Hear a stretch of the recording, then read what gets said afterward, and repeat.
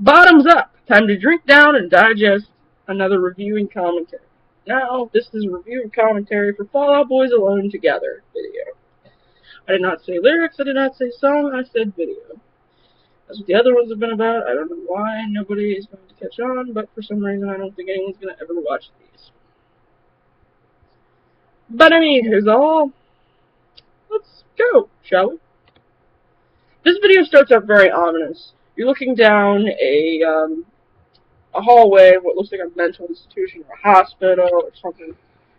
And as the video goes, you see a woman walk out with, why do I think, I don't know, with a very weird jacket, but with a briefcase, mind you.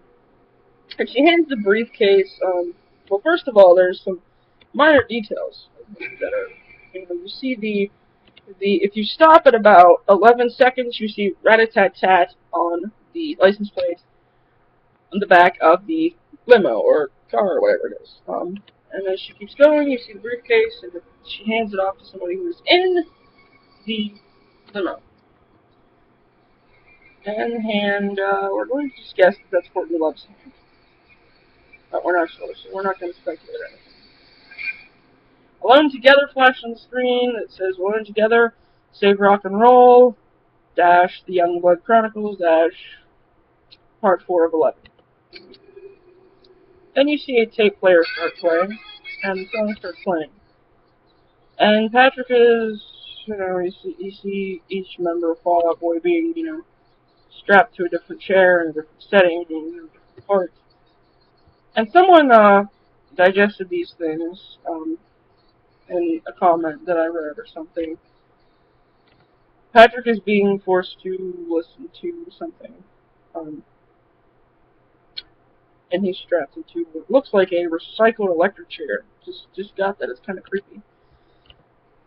And it slowly shows you each other member, but first it flashes them, shows them.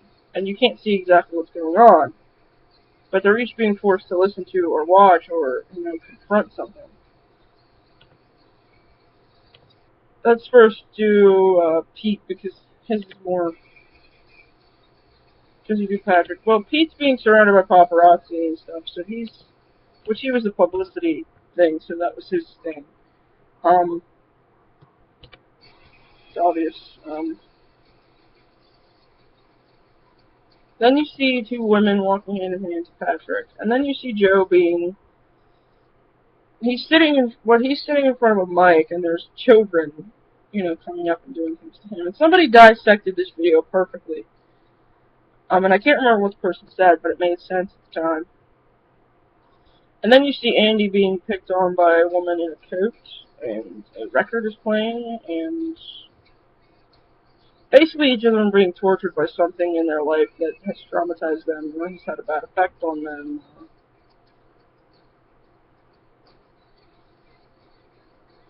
And there's a thing that says congratulations on the TV, and Andy's, I think. And then you see Pete seducing the woman that is in a room torturing him.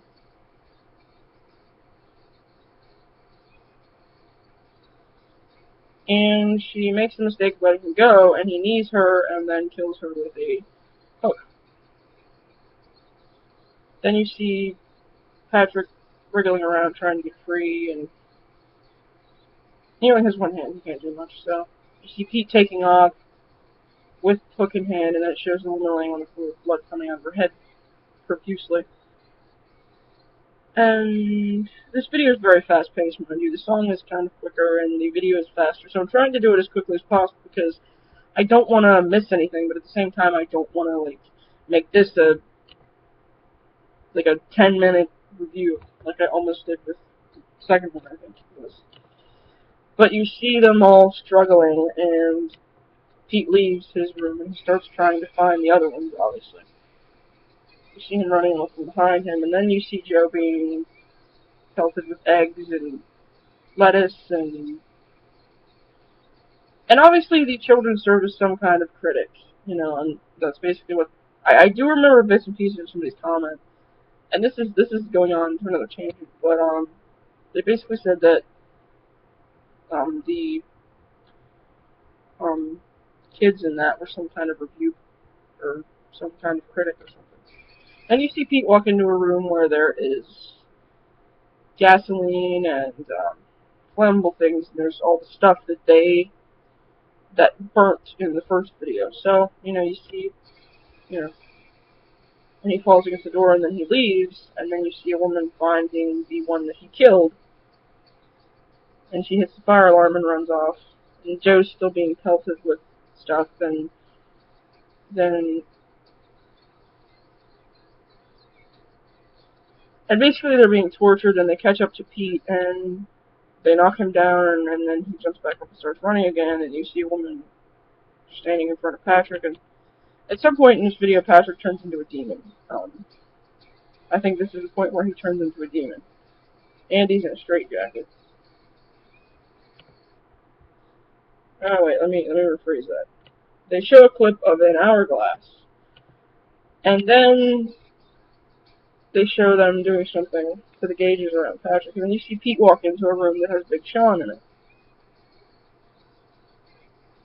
And he hasn't found anybody else, but he does decide to shave Big Sean. And this is when Patrick starts turning into a demon of himself. His eyes start to glow, and the video is just insanity, and that's what I love about it. It's very creative and very... And you see Pete freeing Patrick, or trying to at least. And then he attaches the hook for a hand to Patrick. And then you see these two women walk in, and one of them holds up a blowgun and hits Pete with a dart of some kind. Then it flashes the evil meter, which is close to, it's pretty high up there. And then it goes down. And then it shows them being led into the van after the song stops playing. And Big Sean is hiding in the bushes as they're being hauled into this van. And I know I've gotten on tangents in this video, and that's bad of me to do. But that was my review and commentary on Part 4 Alone Together.